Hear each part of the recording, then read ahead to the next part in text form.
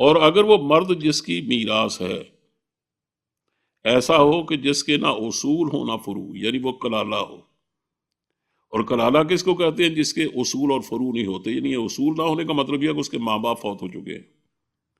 اور فروع نہ ہونے کا مطلب یہ ہے کہ اس کی اولاد بھی نہیں ہے، چاہے اس کی اپنی اولاد اور اس کے حتیٰ کہ پوتے دوتے کچھ بھی نہ ہو، یعنی نہ نیچے کوئی ہو نہ اوپر کوئی، اس کو کہتے ہیں کلالہ۔ کہ اگر وہ مرد جس کی میراث ہے ایسا ہو کہ جس کے نہ اصول ہو نہ فروع، یعنی وہ کلالہ ہو، البتہ اس کا ایک بھائی ہو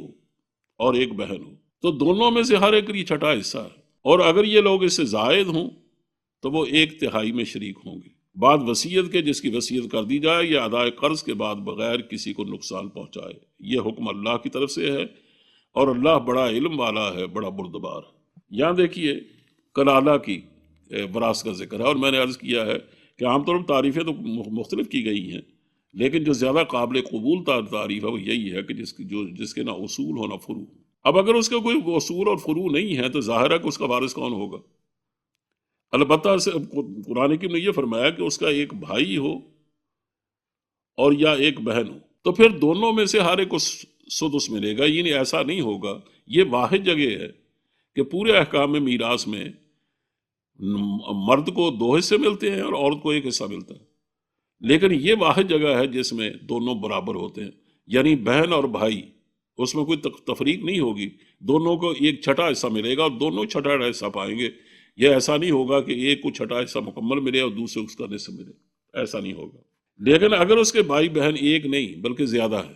تو پھر ارشاد فرمایا گیا ہے کہ اگر یہ لوگ اس سے زیادہ ہوں تو وہ 1/3 میں شریک ہوں گے، یعنی اب ان کا چھٹا حصہ نہیں ہے، بلکہ ان کو اس میراث میں سے، مکمل میراث میں سے تہائی نکالا جائے گا، تیسرا حصہ، اور اس میں یہ دونوں شریک ہوں گے۔ البتہ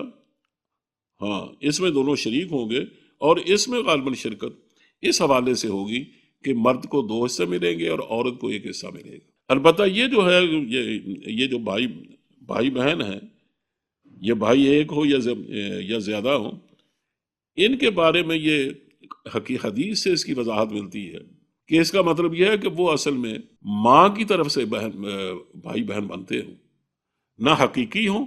یعنی جن کا ماں باپ دونوں ایک ہوں، اور نہ وہ اس طرح ہوں کہ صرف باپ کی طرف سے تو وہ بھائی بہن بنتے ہوں لیکن ماں سے دودھ شریک بھائی نہیں ہوں، تو پھر تو یہ ان کی وصیت، اگر وہ دودھ شریک بھائی ہیں تو پھر ان کی یہ وصیت ہے۔ لیکن اگر وہ حقیقی بھائی ہیں یا باپ کی طرف سے بھائی بہن بنتے ہیں تو پھر ان کی وصیت وہ ہے، یعنی ان کو وہ حصہ ملے گا جس سورہ نساء کی آخری آیت ہے، وہاں جا کر ظاہر اس پر گفتگو ہوگی۔ یہاں تو صرف اس کلالہ کے بارے میں ہے کہ جس کا کوئی حقیقی بہن بھائی نہیں ہے اور نہ اس کا باپ کی طرف سے، البتہ ماں کی طرف سے اس کے بھائی بہن ہیں، تو ان کو ظاہر ہے یہ وصیت ملے گی، یہ حصہ ملے گا جس کا میں نے ذکر کیا۔ اس میں ایک چیز کا اضافہ ہے، وہ ہے غیر مضار، لیکن وہ اضافہ صرف یہاں ہے، لیکن اس کا تعلق سب سے ہے کہ جو بھی دنیا سے جا رہا ہے، چاہے وہ کلالہ ہو یا غیر کلالہ، اس کو یہ کوشش ہرگز نہیں کرنی چاہیے کہ وہ اپنے کسی وارث کو نقصان پہنچائے۔ مثلا فرض کریں کلالہ ہے یا غیر کلالہ بھی،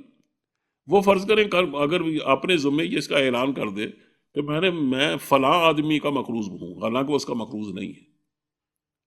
اور یہ صرف اس لیے کہ اپنے وارثوں کو نقصان پہنچائے، یا وہ یہ کہے کہ فلاں آدمی نے مجھ سے قرض لیا تھا لیکن اس نے مجھے ادا نہیں کیا اور میں اس کو معاف کر چکا،